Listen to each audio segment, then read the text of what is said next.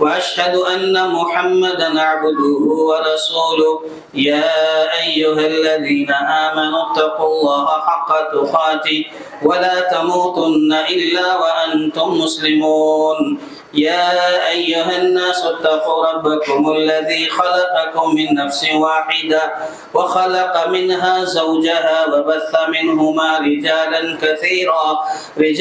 كثيرا ونساء واتقوا الله الذي تساءلون به والأرحام إن الله كان عليكم رقيبا يا أيها الذين آمنوا اتقوا الله وقولوا قولا سديدا يصلح لكم أعمالكم ويغفر لكم ذنوبكم ومن يطع الله ورسوله فقد فاز فوزا عظيما أما بعد فإن خير الحديث كتاب الله وخير الهدي هدي محمد صلى الله عليه وسلم وشر الأمور محدثاتها وكل محدثة بدعة وكل بدعة ضلالة وكل ضلالة في النار. أعوذ بالله السميع العليم من الشيطان الرجيم من همزه ونفخه ونفثه. بسم الله الرحمن الرحيم. إنما يعمر مساجد الله من آمن بالله واليوم الآخر وأقام الصلاة وآتى الزكاة ولم يخش إلا الله فعسى أولئك أن يكونوا من المهتدين. برادران اسلام، محترم بزرگوں، نوجوانوں، دوستوں اور ساتھیوں، پردہ نشین ماں اور بہنوں، ساری تعریفیں، حمد و ثنا، بڑائی، بزرگی، کبریائی اس اللہ رب العالمین کے لیے ہے جو خالق کائنات اور مالک ارض و سما ہے۔ اس کے بعد بے شمار درود و سلام نازل ہو ہم سب کے آخری نبی محمد رسول اللہ صلی اللہ علیہ وسلم کی ذات گرامی پر، جن کی مختلف کوششوں کے نتیجے میں ہم تک دین اسلام پہنچا۔ محترم سامعین، خطبہ مسنونہ کے بعد میں نے آپ لوگوں کے روبرو جو آیت پڑھی ہے، پہلے اس آیت کا ترجمہ اور مفہوم ملاحظہ کر لیتے ہیں۔ اللہ تبارک و تعالیٰ کا ارشاد ہے انما یعمر مساجد اللہ، کہ اللہ کی مسجدیں وہی لوگ آباد کرتے ہیں، وہی لوگ بناتے ہیں جو اللہ پر ایمان رکھتے ہیں، آخرت کے دن پر ایمان رکھتے ہیں، نماز قائم کرتے ہیں، زکوٰۃ ادا کرتے ہیں، اور ان کی ایک بہت بڑی بات یہ بھی ہے کہ وہ اللہ کے سوا کسی اور سے ڈرتے بھی نہیں ہیں، اور یقیناً یہی وہ لوگ ہیں جو ہدایت پر ہیں، کامیاب ہونے والے ہیں۔ محترم دوستوں اور ساتھیوں، آیت کے ترجمے سے یہ بات آپ نے ملاحظہ فرما لی ہے کہ اللہ تبارک و تعالیٰ نے یہ گواہی دے دی ہے، یہ شہادت دی ہے کہ اللہ کا گھر، مسجدیں وہی بناتے ہیں، وہی آباد کرتے ہیں جو ایمان والے ہیں۔ یعنی بالفاظ دیگر اللہ نے گواہی دی ان کے ایمان کی، جو مسجدوں کو آباد کرتے ہیں، مسجدوں کو بناتے ہیں، مسجدوں کی نگرانی کرتے ہیں، مسجدوں کی دیکھ بھال کرتے ہیں، مسجد کا پورا انتظام سنبھالتے ہیں، ایسے لوگوں کے ایمان کی گواہی رب ذوالجلال نے دی ہے۔ تو سبحان اللہ، یہ کتنی عظیم بات ہے۔ اور کیوں نہ ہو، بات کس کی ہو رہی ہے؟ اللہ کے گھر کی ہو رہی ہے، مسجدوں کی ہو رہی رہی ہے تو ظاہر ہے اللہ کی گواہی بھی ویسی ہی ہوگی۔ بہرکیف کہنا یہ ہے کہ مسجد اس کی عظمت کے لیے صرف یہی ایک بات کافی ہے کہ یہ مسجدیں جہاں کہیں بھی ہوتی ہیں، دنیا کے کونے کونے میں جہاں بھی مسجدیں ہوتی ہیں، یہ ساری کی ساری مسجدیں اللہ کا گھر کہلاتی ہیں۔ یہی ایک بات کافی ہے اس کی عظمت کے لیے کہ یہ مسجدیں اللہ کا گھر کہلاتی ہیں۔ عربی زبان میں بیوت اللہ کہا جاتا ہے، یا واحد کا صیغہ اگر استعمال ہو تو بیت اللہ کہا جاتا ہے۔ یہ اللہ کا گھر ہے، اور اس روئے زمین پر اللہ رب العالمین کا سب سے پہلا گھر مکۃ المکرمہ خانہ کعبہ ہے۔ میرے بھائیوں، اللہ کی مسجد کی عظمت کا پروف اور ثبوت یہ ہے کہ ساری مسجدیں اللہ کا گھر کہلاتی ہیں۔ اور میرے بھائیوں، یہ مسجدیں وہ جگہ ہیں جہاں پر آسمان سے فرشتوں کا نزول ہوتا ہے۔ ان مسجدوں میں، ان جگہوں پر فرشتے اپنے رحمت کے سائے بچھاتے ہیں، فرشتے اپنی رحمتوں کی بارش برساتے ہیں، فرشتوں کا نزول ہوتا ہے، فرشتے دعائیں کرتے ہیں۔ کس کے لیے دعائیں کرتے ہیں؟ میرے لیے بھی، آپ کے لیے بھی، جو اس مسجد میں آتے ہیں، نماز پڑھتے ہیں، باوضو بیٹھے رہتے ہیں، نمازوں کا انتظار کرتے ہیں، نمازوں کی پابندیاں کرتے ہیں۔ یہ آسمان سے اتر کر آنے والے فرشتے رب ذوالجلال کی بارگاہ میں دعائیں کرتے ہیں، چاہے وہ رحمت کی دعا ہو یا مغفرت کی دعائیں ہو، یہ فرشتے دعائیں کرتے رہتے ہیں۔ آپ کو معلوم ہے پیارے نبی محمد رسول اللہ صلی اللہ علیہ وسلم نے ارشاد فرمایا، اتعاقبون فیکم ملائکۃ باللیل وملائکۃ بالنہار فی صلاۃ الفجر وصلاۃ العصر، کہ تمہارے درمیان رات کے فرشتے اور دن کے فرشتے آتے جاتے رہتے ہیں، اور ان کا اجتماع ہوتا ہے فجر کی نماز میں اور عصر کی نماز میں۔ یعنی رات والے فرشتے جنہوں نے ابھی رات بھر خدمت انجام دی ہے اللہ کے حکم سے، اور وہ فرشتے جو ابھی دنیا میں آئے ہیں اور دن بھر انہیں خدمت انجام دینی ہے، یہ دونوں فرشتے فجر میں اکٹھا ہوتے ہیں۔ اسی طریقے سے عصر کی نماز میں وہ فرشتے جو فجر سے لے کر عصر تک دنیا میں خدمت پر مامور رہے، وہ اکٹھے ہوتے ہیں، اور وہ فرشتے آسمان سے اتر کر آتے ہیں جنہیں اب عصر کے بعد سے لے کر فجر تک دنیا میں خدمت انجام دینی ہے۔ تو اس طریقے سے فجر میں بھی اور عصر میں بھی فرشتوں کا اجتماع ہوتا ہے، فرشتے اکٹھے ہوتے ہیں۔ پھر جب نمازیں ختم ہو جاتی ہیں، چاہے فجر کے بعد ہو یا عصر کے بعد ہو، پھر یہ فرشتے آسمان پر چڑھ جاتے ہیں۔ فَيَعْرُجُ الَّذِينَ بَاتُوا فِيكُمْ، یہ فرشتے آسمان پر چڑھتے ہیں، آسمان پر رب ذوالجلال کے پاس جاتے ہیں۔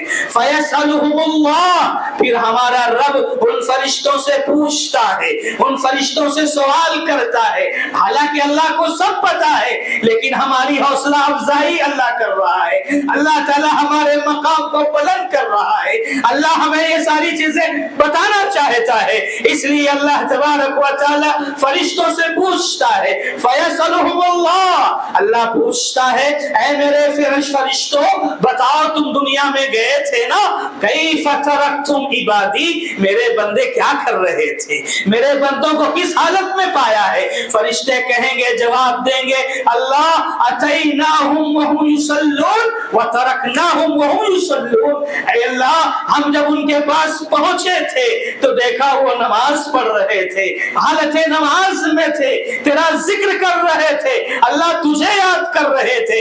اے اللہ ہم جب اس کے پاس سے، وہ ان کے پاس سے واپس آئے ہیں تب بھی وہ تیری عبادت میں لگے ہوئے تھے، ہم فجر میں گئے تھے تب بھی انہیں دیکھا، اور عصر میں جب واپس آئے اللہ تب بھی انہیں ہم نے دیکھا ہے کہ وہ تیرا ذکر کر رہے ہیں، تیری بندگی کر رہے ہیں، نمازوں میں لگے ہوئے ہیں۔ پھر وہ فرشتے خصوصیت کے ساتھ رب سے ایک درخواست کرتے ہیں، رب سے ایک التجا کرتے ہیں، اے ہمارے رب ہم دنیا میں جا کر آئے ہیں، ہم نے تیرے بندوں کو دیکھا ہے، فجر میں بھی دیکھا، عصر میں بھی دیکھا، اے اللہ ہماری یہ التجا ہے، ہماری تجھ سے یہ گزارش ہے، فاغفر لهم یوم الدین، اللہ تو ان سب کو قیامت کے کے دن بخش دینا، ان کی مغفرت فرما دینا میرے بھائیوں۔ اور فرشتے جس کسی کے حق میں دعا کر دیں، اللہ اکبر، فرشتوں کی دعا رب کی بارگاہ میں رد نہیں ہوتی ہے۔ سورہ انبیاء میں اللہ نے کہہ دیا وَلَا يَشْفَعُونَ إِلَّا لِمَنِ ارْتَضَىٰ، یہ فرشتے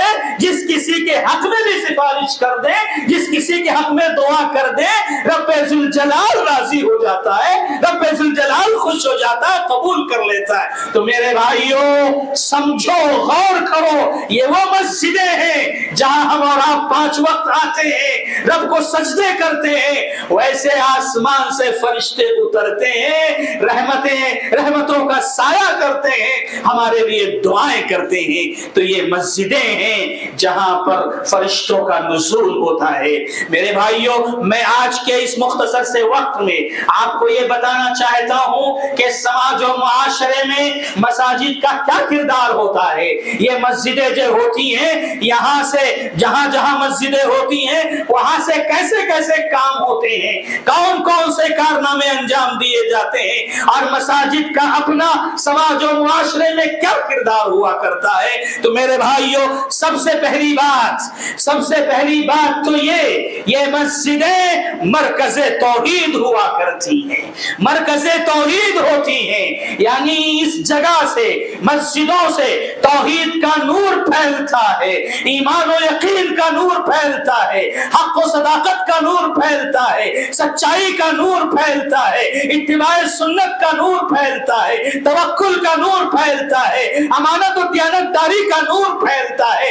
اس طریقے سے جہاں جہاں مسجدیں ہوتی ہیں وہاں پر خیر کے سارے نور پھیلتے ہیں، ساری روشنیاں وہاں سے نمودار ہوتی ہیں، اور جس محلے میں، جس گلی میں، جس شہر میں مسجدیں ہوتی ہیں وہاں نور ہی نور ہوتا ہے، روشنی ہی روشنی ہوا کرتی ہے۔ میرے بھائیوں میں یہ کہنا چاہتا ہوں کہ توحید کا نور بھی یہاں سے پھیلتا ہے۔ تو یہ نور کی جہاں تک بات آئی، اس کی دلیل کے لیے میں آپ کو یہ بتاتا چلوں، اللہ تبارک و تعالی نے قرآن مجید میں مسجد کی عظمت پر بحث کرنے والی جو سب سے اہم آیت ہے اس کا تذکرہ رب ذوالجلال نے سورۃ النور میں کیا ہے، اور سورہ نور میں بھی آیت النور کے بعد کیا ہے، فی بیوت اذن اللہ ان ترفع۔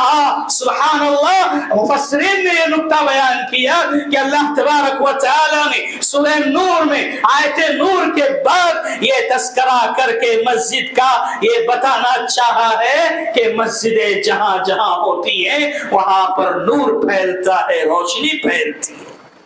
اسی لیے پیارے نبی محمد رسول اللہ صلی اللہ علیہ وسلم جب کبھی مسجد جایا کرتے تھے، خاص طور پر پیارے نبی صلی اللہ علیہ وسلم جب فجر کی نماز کے لیے مسجد جاتے تھے آپ یہ دعا پڑھتے تھے۔ کون سی دعا؟ اللہم اجعل فی قلبی نورا وفی بصری نورا وفی سمعی نورا وعن یمینی نورا وعن یساری نورا وفوقی نورا وتحتی نورا وامامی نورا وخلفی نورا واجعل لی نورا۔ اے اللہ میرے دل کو روشن کر دے، اے اللہ میری آنکھوں کو روشن کر دے، اے اللہ میرے کانوں کو منور کر دے، اے اللہ میرے اوپر نور کر دے، اے اللہ میرے نیچے نور کر دے، اللہ میرے دائیں نور کر دے، اللہ میرے بائیں نور کر دے، اللہ میرے آگے نور کر دے، اللہ میرے پیچھے نور کر دے، واجعل لی نورا، اور اے اللہ مجھے نور میں نہایا ہوا مکمل انسان بنا دے۔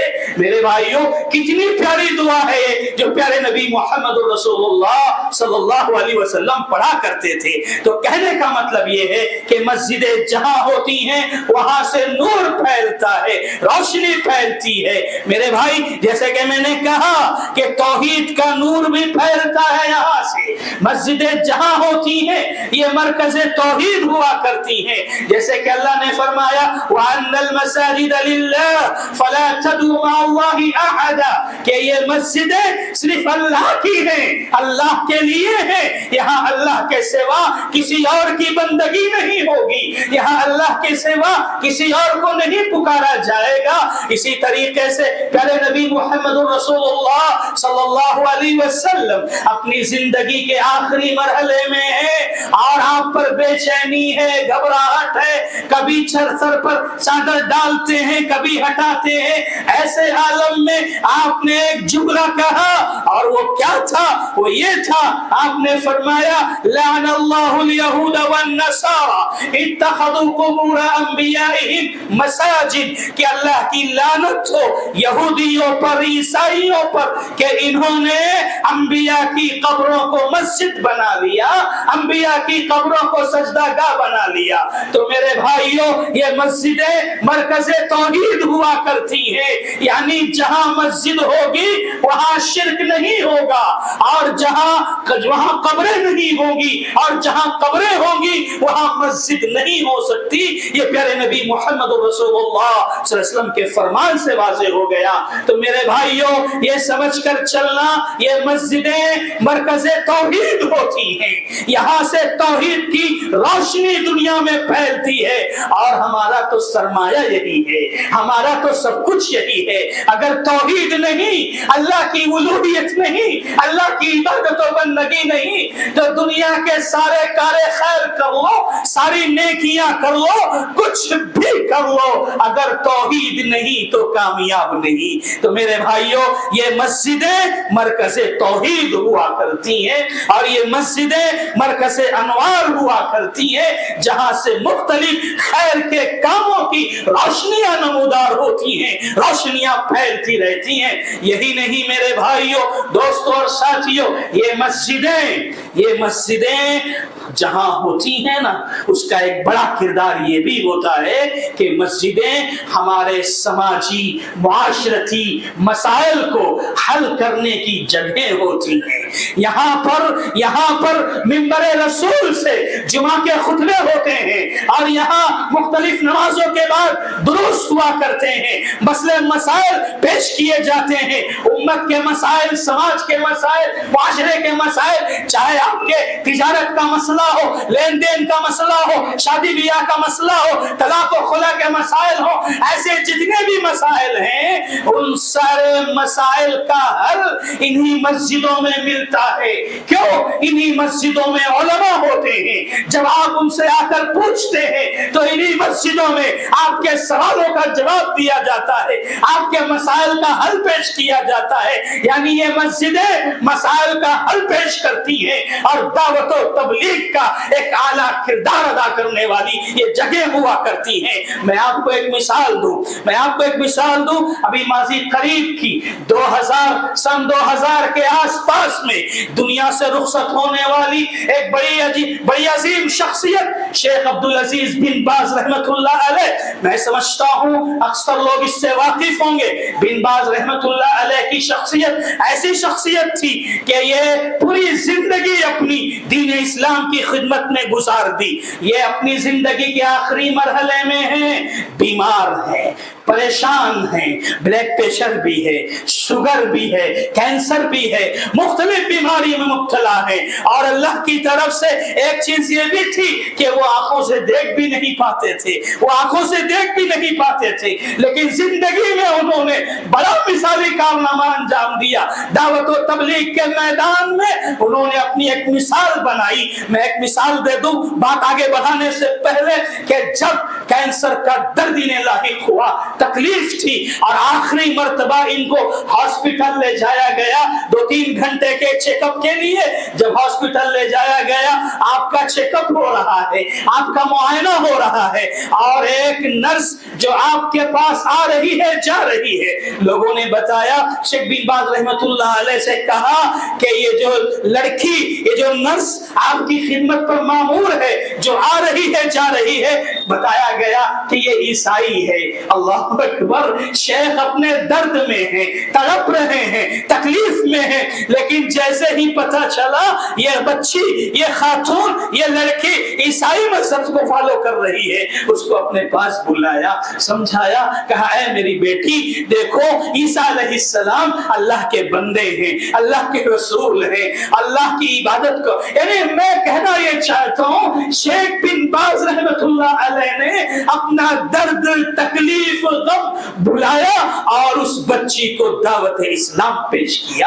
یہ آپ کی زندگی ہے. میں نے نام لیا تو تذکرہ تھوڑا سا کر دیا, جو اصل بات بتانی ہے وہ یہ کہ یہ آخری بار ہاسپٹل میں آئے ہیں, تڑپ رہے ہیں, اب گھر گئے, گھر سے پھر ہر دن عشاء کی نماز کے بعد مسجد میں ان کی مسجد لگتی تھی, وہ بیٹھتے تھے, لوگ جمع ہوتے تھے, اپنے سماجی معاشرتی مسائل کے حوالے سے گفتگو کرتے تھے, سوالات رکھتے تھے. شیخ بن باز رحمت اللہ علیہ اس کا جواب دیا کرتے تھے.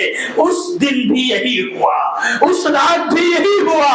عشاء کی نماز کے بعد شیخ بن باز رحمت اللہ علیہ آئے, اپنی مسند پر بیٹھے, لوگوں نے سوالات کیے, بڑی جمع مردی سے آپ نے سارے سوالوں کا جواب دیا, پھر اپنے گھر گئے. کسے پتا تھا کہ دین اسلام کا مجاہد, اپنی زندگی قربان کرنے والا دین اسلام کی خدمت میں, کسے پتا تھا کہ اس کی زندگی کی یہ آخری رات ہے. گھر گئے اور رات 3 بجے آپ کی روح قفس عنصری سے پرواز کر گئی. میں یہ کہنا چاہتا ہوں کہ یہ ہمارے علماء تھے, یہ سلف صالحین کی مقدس جماعت تھی. ایک نہیں, ایسی سینکڑوں ہزاروں مثالیں آپ کو ملے گی کہ انہوں نے اسی مسجدوں میں رہ کر کے امت کے مسائل کو حل کیا ہے. کہا جاتا ہے شیخ بن باز رحمت اللہ علیہ سے سب سے آخری مسئلہ جو پوچھا گیا وہ طلاق کے بارے میں تھا. تو بہرکیف کہنا یہ ہے, یہ مسجدیں ہمارے سماج و معاشرے کے سارے مسائل کو حل کرنے کی جگہ ہوتی ہیں. اسی لیے دیکھو مفسرین نے ایک بات وہاں یہ بھی ذکر فرمائی ہے کہ سورۃ النور میں جو آیت نقل کی ہے اللہ تعالیٰ نے, فی بیوتنا دین اللہ, سورہ نور اگر آپ پڑھیں گے تو پوری سورہ نور جو ہے اس کے سارے مضامین معاشرے کے حوالے سے ہیں, سماجی مسائل بیان کیے گئے ہیں سورہ نور کے اندر, اور مسجد کی عظمت پر بحث کرنے والی آیت کا تذکرہ کر دیا گیا. مفسرین کہتے ہیں اس کا مطلب یہ ہوا کہ سماج و معاشرے کے مسائل کا حل مسجدوں میں ملے گا, مسجدوں میں علماء سے ملے گا, اہل علم سے ملے گا, جو کتاب و سنت کی باریکیوں کو سمجھتے ہیں. امت کے لوگ نہیں جانتے, مسجد میں آ کر اس سے رجوع ہوتے ہیں. اور اسی مسجد کے سب سے پہلے مفتی محمد الرسول اللہ صلی اللہ علیہ وسلم تھے, جو آپ لوگوں کے مسائل کو حل کیا کرتے تھے. بہرحال مسجدوں کے بہت سارے کردار ہیں, بہت سارے کارنامے ہیں. ایک تو سماجی مسئلہ ہو گیا, مرکز انوار ہے وہ بھی ہو گیا, مرکز توحید ہے یہ بھی ہوا. اسی طریقے سے ایک بات یہ بھی بتاتا چلوں کہ یہ مسجدیں میرے بھائیوں علم کا مرکز ہوتی ہیں, تعلیم کا مرکز ہوتی ہیں. ہماری مسجدوں میں ہمارے معصوم بچوں کو علم دیا جاتا ہے, مکتب کی تعلیم ہوتی ہے, کتاب و سنت کا علم یہاں سے عام کیا جاتا ہے. ہمارے معصوم ننھے بچے اپنی توتلی زبان میں اللہ کا تعارف جانتے ہیں, اللہ عرش پر مستوی ہے, اپنی معصوم سی ننھی زبان میں وہ ادا کرتے ہیں. آپ نے خود اسی مسجد میں جب بچوں کا تعلیمی مظاہرہ ہوتا ہوگا آپ نے سنا ہوگا, یہ ہمارے معصوم بچے, یہ ننھے بچے یہ علم کہاں سے سیکھتے ہیں, اس انہی مسجدوں کی دین ہے. یہ وہ مسجدیں ہیں جہاں پر علم بڑھتا ہے, دینی تعلیم کا حصول یہاں سے ہوتا ہے. میں ایک مثال دیتا ہوں آپ کو, دور مت جائیے, دور جائیں گے تو بہت بڑی بڑی مثالیں ہو جائیں گی. اسی ملک ہندوستان کی مثال دیتا ہوں.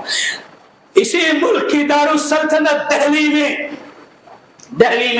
میاں نذیر حسین محدث دہلوی رحمت اللہ علیہ, ان کو کون نہیں جانتا, یہ جماعت کے سرخیل ہے, جماعت اہل حدیث کے بہت بڑے عالم دین ہیں آپ, اور میرے بھائیوں ایک بات یہ بھی بتا دوں کہ بخاری کی سند، صحیح بخاری کی سند جن کے پاس ہے وہ اگر اپنی سند دیکھیں گے تو آپ کو پتا ہونا چاہیے کہ ہم نے اپنے استاد سے پڑھی، انہوں نے اپنے استاد سے بخاری پڑھی، یہ چین، یہ سند، یہ سلسلہ پہنچتا ہے پہلے دہلی کے میاں نذیر حسین محدث دہلوی رحمت اللہ علیہ کے پاس، پھر وہاں سے بڑھتا ہے یہ سلسلہ امام بخاری رحمت اللہ علیہ کے پاس، پھر امام بخاری سے سلسلہ آگے بڑھتا ہے محمد رسول اللہ صلی اللہ علیہ وسلم کی طرف۔ میں یہ کہنا چاہتا ہوں کہ میاں نذیر حسین محدث دہلوی رحمت اللہ علیہ اسی ہندوستان میں دہلی کے اندر ایک چھوٹی سی مسجد میں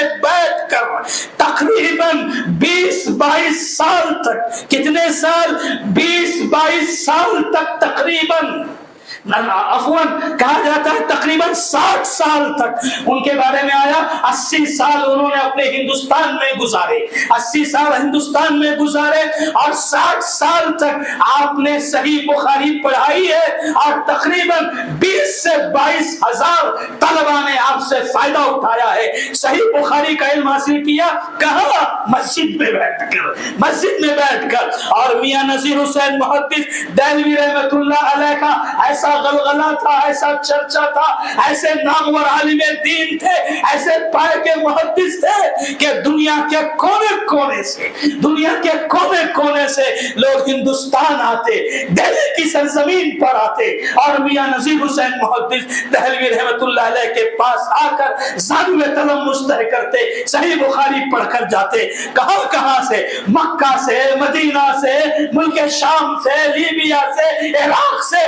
دنیا کے کونے کونے سے لوگ ہندوستان آتے۔ اس وقت تو زمانہ ایسا موبائل کا تھا نہیں کہ لوگ فوٹو ایک دوسرے کو شیئر کر سکے کہ یہ میاں نذیر حسین ہے، یہ فلاں ہے۔ آج تو منٹوں میں، سیکنڈوں میں ایک دوسرے کی تصویریں یہاں وہاں نشر ہو جاتی ہیں۔ میرے بھائیو ایک واقعہ بھی سناتا چلوں میں، ایک واقعہ بھی سن لیجئے۔ میاں نذیر حسین محدث دہلوی رحمت اللہ علیہ جس طرح یہ طلبہ کو بخاری پڑھایا کرتے تھے، ویسے ہی ان کا ایک کارنامہ یہ بھی تھا کہ یہ کلی کا کام کرتے تھے۔ رات میں ریلوے اسٹیشن پر جا کر، دہلی کے ریلوے اسٹیشن پر جا کر اپنا چہرہ، اپنے لباس تبدیل کر کے کلی کا کام کیا کرتے تھے اور اس سے جو کمائی ہوتی تھی اپنے طلبہ پر خرچ کرتے۔ جن طلبہ کے بارے میں معلوم ہوتا یہ مجبور ہے اس پر خرچ کیا کرتے تھے۔ ایک مرتبہ کا واقعہ بھی ایسا پیش آ گیا کہ یہ اسٹیشن پر کلی کے کام کے لیے مصروف ہیں۔ ایک ٹرین رکی، ایک نوجوان لڑکا ٹرین سے اترا، کسی ملک سے آیا تھا، وہ آیا تھا اپنا سامان لے کر نیچے اترا اور وہ کلی کی تلاش میں تھا۔ سامنے میاں نذیر حسین محدث دہلوی رحمت اللہ علیہ جو کلی کے لباس میں تھے سامنے پہنچ گئے۔ کہاں جانا ہے آپ کو؟ کہا اس نوجوان نے مجھے فلاں جگہ جانا ہے۔ کس لیے آئے ہو یہاں؟ کہا کہ میں صحیح بخاری پڑھنے آیا ہوں۔ کس کے پاس پڑھنے آئے ہو؟ کہا ایک نام میں نے سنا ہے میاں نذیر حسین محدث دہلوی کا۔ یہ میاں نذیر حسین محدث دہلوی، ان کے پاس بخاری کی اعلیٰ سند ہے، میں ان کے پاس بخاری پڑھنے آیا۔ کیا معلوم اس نوجوان کو جس سے بات کر رہے ہیں وہی میاں نذیر حسین محدث دہلوی ہے۔ تو کہا کہ اچھا ٹھیک ہے چلو میں تمہیں وہاں پہنچا دیتا ہوں۔ تو لہٰذا ان کا سامان اٹھایا اپنے کندھوں پر رکھا میاں نذیر حسین محدث دہلوی رحمت اللہ علیہ نے، اور اس نوجوان نے جو منزل بتائی تھی، جو جگہ بتائی، وہاں پہنچا دیا۔ رات ہو گئی، بات گئی، ختم ہو گئی۔ صبح ہوئی، یہ نوجوان تیار ہوا، لوگوں سے کہنے لگا، پوچھنے لگا کہ مجھے وہ پتہ بتا دو جہاں پر میاں نذیر حسین کا درس چلتا ہے صحیح بخاری کا۔ لوگوں نے بتایا کہ دیکھو وہ جو مسجد ہے فلاں جگہ، وہ چھوٹی سی مسجد ہے، اس مسجد میں بخاری کا درس چل رہا ہے اور درس دینے والے میاں نذیر حسین محدث دہلوی ہے۔ یہ نوجوان وہاں پہنچا، تو دیکھ کر ششدر رہ گیا، حیران رہ گیا۔ چہرہ جب سامنے نظر آیا آنکھوں میں آنسو آ گئے کہ کل جو میرا سامان کلی بن کر لا کر مجھے پہنچایا تھا وہی بخاری کا درس دے رہا ہے، یعنی میاں نذیر حسین یہی ہے۔ اللہ اکبر۔ اور ایک بات یہ بھی سن لیجئے، اس وقت رات میں جب سامان پہنچایا تھا اس نوجوان نے پیسہ دینا چاہا تو انہوں نے پیسے بھی نہیں لیے، کہا کہ جو طالب علم ہوا کرتے ہیں میں ان سے پیسے نہیں لیا کرتا۔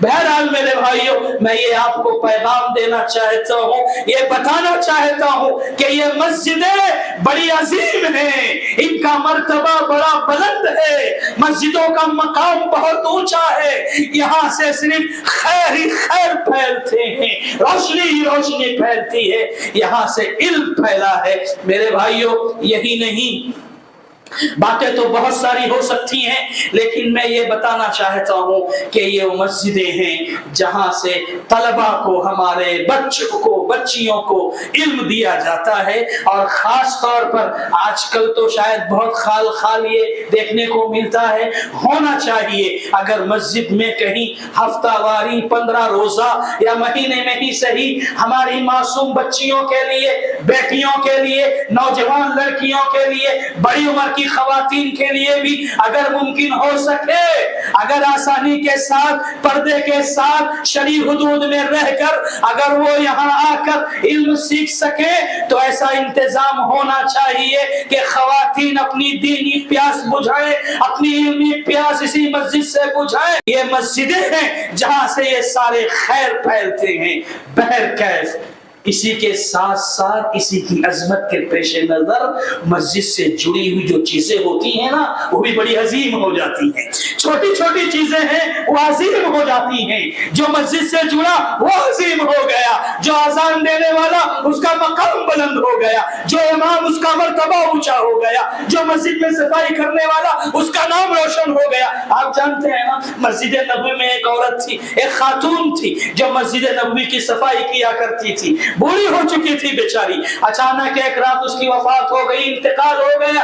صحابہ کرام نے پیارے نبی صلی اللہ علیہ وسلم کو اس کی اطلاع نہ دی، خبر نہ کی اور اس کی تدفین کر دی، دفن کر دیا۔ صبح ہوئی، پیارے نبی صلی اللہ علیہ وسلم نے دیکھا وہ خاتون نظر نہیں آ رہی ہے، پوچھا صحابہ کرام سے وہ خاتون کہاں گئی جو مسجد کی صفائی کیا کرتی تھی، مسجد میں جھاڑو دیا کرتی تھی؟ صحابہ نے کہا اللہ کے نبی کل رات اس کا انتقال ہو گیا اور ہم نے مناسب نہیں سمجھا کہ آپ کے نیند میں خلل ڈالیں، اس لیے ہم نے اسے دفن کر دیا۔ پیارے نبی صلی اللہ علیہ وسلم حدیث کے الفاظ میں نبی نے صحابہ کو ڈانٹا، کہا تم نے مجھے کیوں نہیں بتایا، مجھے بیدار کیوں نہیں کیا، مجھے بیدار کر دینا چاہیے تھا۔ اچھا یہ بتاؤ کہاں دفن کیا ہے اسے؟ قبر کی نشاندہی کی گئی، نبی صلی اللہ علیہ وسلم وہاں پہنچتے ہیں اور اس کی نماز جنازہ ادا کرتے ہیں۔ آپ کا ڈانٹنا اور جا کر نماز جنازہ پڑھنا، محدثین نے اس بات کا اعلان کیا کہ اس کا مطلب یہ ہے کہ مسجد میں صفائی کرنے والوں کا مقام بہت اونچا ہے، ان کی عزت ہے، ان کا مرتبہ ہے۔ یہ پیارے نبی محمد رسول اللہ صلی اللہ علیہ وسلم کے اس کردار سے ثابت ہو رہا ہے۔ تو بہرحال میرے بھائیوں، باتیں بہت ہو سکتی ہیں، میں یہ کہنا چاہتا ہوں کہ مسجدیں جب اتنی عظیم ہیں تو سب سے پہلے تو ہمیں مسجدوں سے دل لگانا چاہیے، 5 وقتہ نمازوں سے ان مسجدوں کو آباد کرنا چاہیے۔ آپ کو پتا ہے 7 خوش نصیب لوگ جن کو عرش کے سائے میں جگہ ملے گی، ایک وہ ہوگا رجل قلبہ معلق بالمساجد، جس کا دل ہمیشہ مسجد سے اٹکا رہا، فجر پڑھ کر گیا ہے، دل لٹکا، ظہر کب ہوگی، ظہر کا وقت کب ہوگا، ظہر کا وقت آیا پڑھ لیا، پھر ظہر کے بعد سوچتا رہتا ہے ارے عصر کی اذان کب ہوگی، عصر کا وقت کب ہوگا، بس مسجد سے اس کا دل اٹکا رہتا ہے۔ ایسے لوگوں کو اللہ تعالیٰ اپنے عرش کے سائے میں جگہ نصیب فرمائے گا۔ تو میرے بھائیوں، میں یہ کہنا چاہتا ہوں آخر میں کہ ان ساری عظمتوں، اہمیتوں کے پیش نظر ہمیں اور آپ کو چاہیے کہ ہم مسجدوں کے تعمیر کے سلسلے میں، مسجدوں کو بنانے کے سلسلے میں جتنا ہو سکے حتی المقدور کوششیں کریں۔ اور خاص طور پر جیسے مثال کے طور پر ہماری اپنی یہ مسجد ہے، مسجدوں میں کچھ کام بھی نکل جایا کرتے ہیں, کبھی کبھی کوئی بڑا کام بھی آ جاتا ہے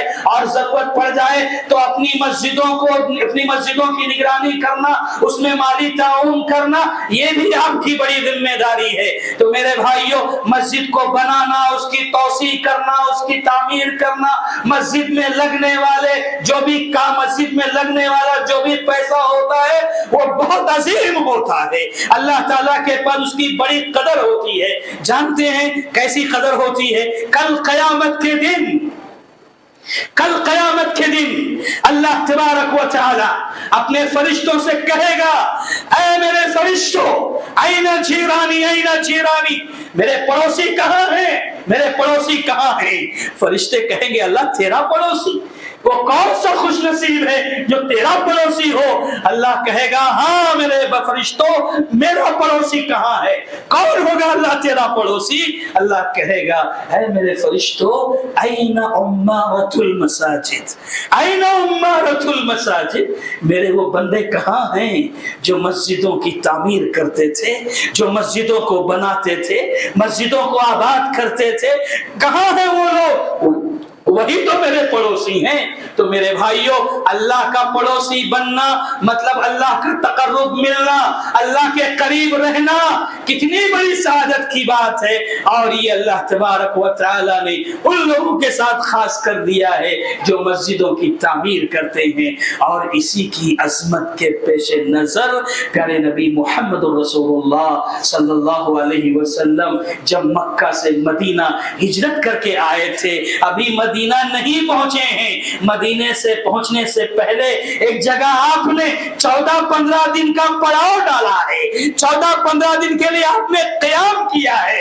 قیام کرنے کے ساتھ ساتھ آپ نے 14 دن کے لیے ہی صحیح وہاں ایک مسجد کی بنیاد ڈال دی, مسجد کھڑی کر دی, اور وہی مسجد قباء کے نام سے آج جانی جاتی ہے. پھر آپ آگے بڑھے, مدینے میں پہنچے, اپنے شہر میں پہنچے, پھر وہاں پر آپ نے مسجد نبی بنائی. کیا مسائل نہیں تھے نبی کے پاس؟ صحابہ جو ہجرت کر کے آئے تھے بڑے پریشان تھے.